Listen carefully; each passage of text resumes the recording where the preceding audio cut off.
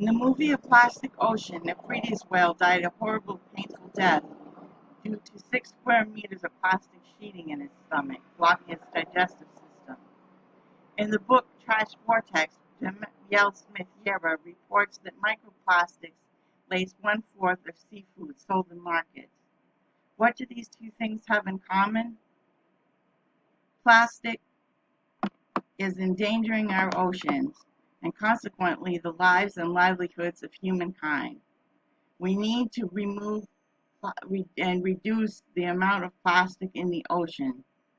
Plastic wreaks havoc with marine life and can cause health problems, including cancer in humans. According to National Geographic, 700 species are endangered by marine plastic. Nearly 90% of floating marine litter is plastic. Animals such as seals and sea turtles mistake floating plastic bags for jellyfish, and ingested, the animal slowly starves or strangles to death.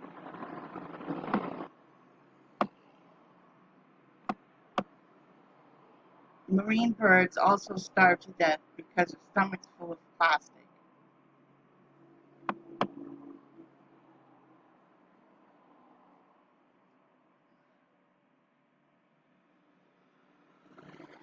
Microplastics hurt the seafood industry, and that translates to many as loss of livelihood.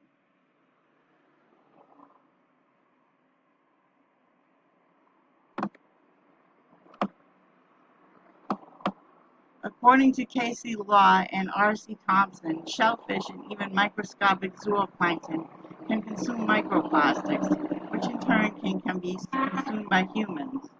Microplastics cause health problems in humans because they contain chemicals such as biphenyl A, also known as BPA, and phthalates.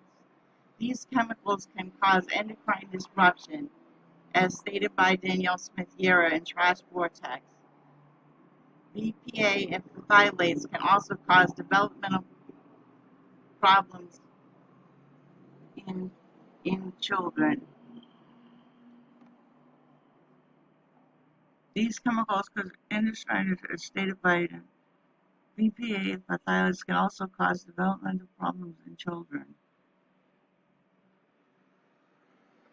Oh, I left out the part about cancer.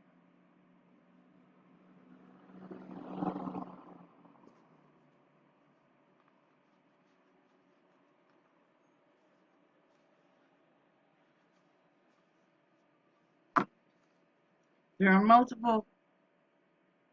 Certainly, it is time to begin to analyze the problems of marine litter.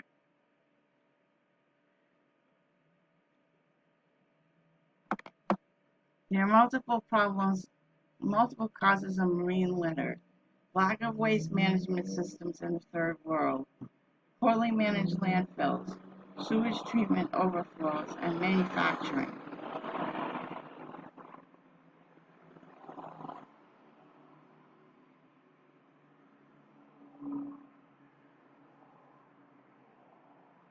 Manufacturing.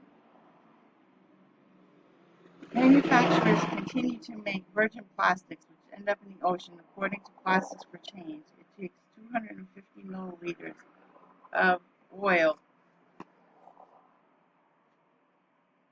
to make a plastic liter bottle. Yet companies continue to create virgin plastics because it is cheaper than recycling and second-hand plastic and second-use plastic. Moreover, manufacturing releases CO2, which adds to ocean acidification. Acidification makes it harder for fish to breathe and harder for crabs, lobsters, and corals to grow their shells.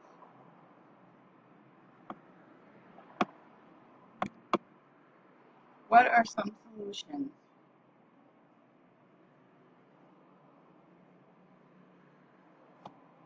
Despite the enormous size of the problem, there are a plethora of solutions. First of all, a lot of people are unaware of the size of the problem, so education is important. Education may often people don't realize that plastics include cigarette butts and microbeads which don't biodegrade. Despite of their small size, don't biodegrade. Education will help stop littering and microbead use.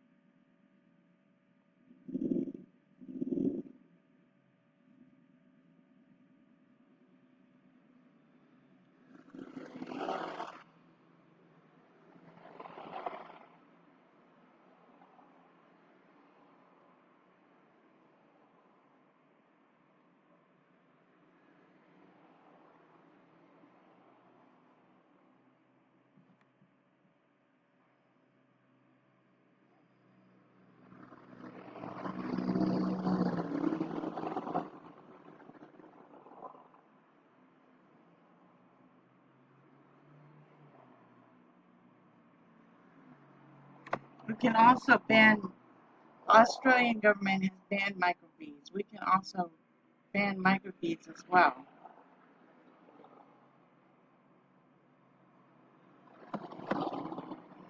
Support waste management in the third world. It's good to participate in beach cleanups. Participate in beach cleanups. Manage landfills better. Tell the government to manage landfills better so that trash doesn't get loose and get into underground streams or blow away, getting into the ocean. Improve sewage treatment plants. And as seen in the movie Plastic Oceans, convert plastics back to fuel through pyrolysis. Ban or phase out single-use plastics. And it seems to go without saying, but recycle. We need to recommit to recycling. A lot of companies have been manufacturing virgin plastics because it is easier for them to do instead of recycling. Easier and cheaper for them to do instead of recycling. Let's not give them this out. Let's ban virgin plastics. This will mean less plastic in the environment and preventing the release of CO2, which leads to ocean acidification. In conclusion, according to National Geographic, there are 700 species endangered by marine plastics. I say it's 701 because I'm adding humankind. What you can do, sign the petition to ban virgin plastics. Act now.